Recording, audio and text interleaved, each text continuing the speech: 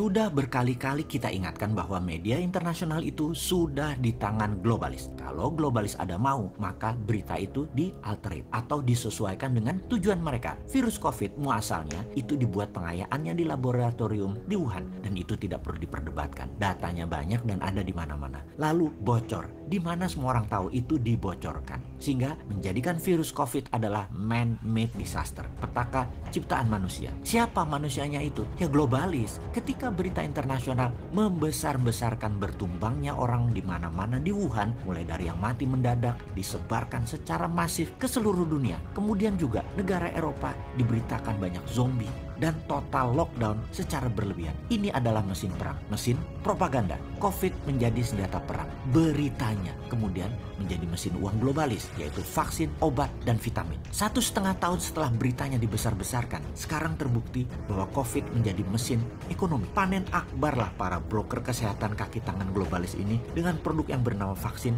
dan berbagai macam obat-obatan, termasuk vitamin. Kemudian sekarang mendadak di semua media sosial dan media mainstream dunia kembali dihebohkan dengan bertumbangnya orang di India yang dikatakan bisa satu hari ada 50.000 kematian. Kemudian satu hari bisa ratusan ribu orang terpapar. Walaupun faktanya mendekati demikian, jumlah yang sangat besar itu memang mencerminkan kegagalan pemerintah India mengantisipasi second wave gelombang COVID kedua. Benar, di India saat ini memang mengalami second wave, triple mutation, Bengal strain namanya, memapar 300 ribuan kasus baru dan menyebabkan lebih dari 2.300-an kematian dalam satu hari, menempatkan India di urutan nomor 2 dengan 16 juta lebih kasus COVID. Nomor 2 setelah Amerika dengan 32 juta total kasus COVID. India dalam keadaan darurat. Sampai tidak ada kayu untuk mengkremasi pembakaran jenazah untuk melaksanakan kebiasaan di India tersebut. Hal ini membuat dunia mulai menganalisa lagi. Dr. Paul Tambiah, profesor dari National University of Singapore mengatakan, data terbaik menunjukkan bahwa sistem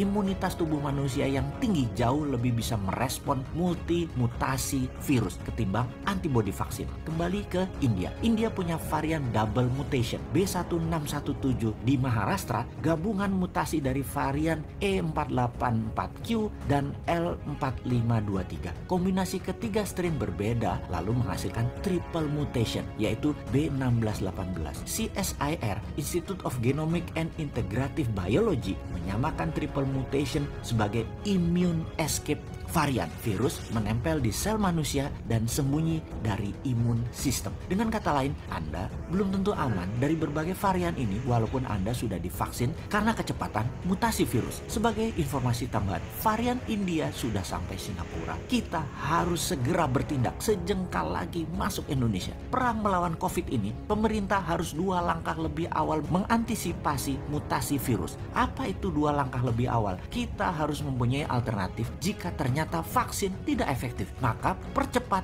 riset dan uji klinis dendritik imunoterapi Nusantara atau DINUS. Ini saran Newmind dan produksinya modali dengan printing money. Kembali ke topik awal, yang kita mau tekankan dalam diskusi kali ini adalah cara memberitakannya. Benar-benar targeted dan sangat ditarget. Ini yang disebut propaganda. Siapa yang kita curigai? Tidak ada musuh terbesar globalis dalam produksi vaksin COVID. Dia adalah India.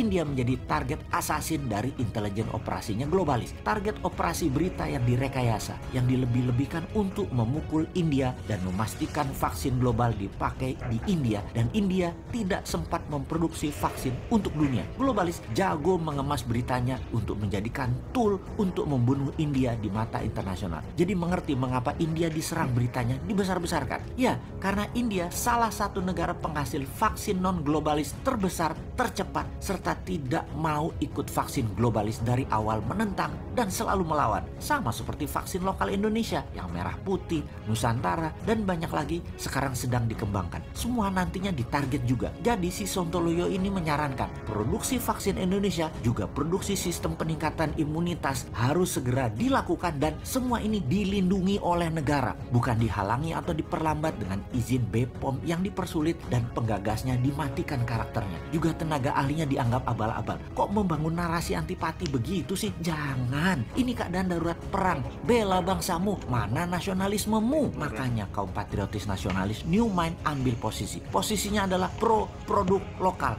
juga vaksin yang telah dibeli pemerintah tetap didukung, namun kalau bisa 80%-nya atau mayoritas vaksin dan imunitas obatnya lokal karya anak bangsa. Kembali ke sistem perlindungan negara Indonesia. Itulah berkali-kali kita katakan, lobby-lobby politik luar negeri itu penting. Kalau tidak, sebentar lagi Indonesia diindiakan di berita internasionalnya. Bagaimana caranya? Di depan kita pura-pura taat pada globalis, di dalam negerinya kita percepat produksi dinus. Efeknya berat loh kalau propaganda mematikan Indonesia sudah diluncurkan. Indonesia tidak bisa berumroh, tidak bisa berhaji, turis asing nggak ke Indonesia, produk Indonesia tidak bisa diserap pasar internasional, turis tidak datang ke Indonesia, orang Indonesia tidak bisa keluar negeri, dan banyak pengaruh negatif lainnya. Wes salah, jangan banyak mikir lagi. Sudah dibantu analisanya sama kaum New Mind. Actionnya jelas, menangkan perang melawan COVID dengan strategi politik luar negeri, printing money, vitamin gratis, genus gratis, vaksin lokal, dan dinus.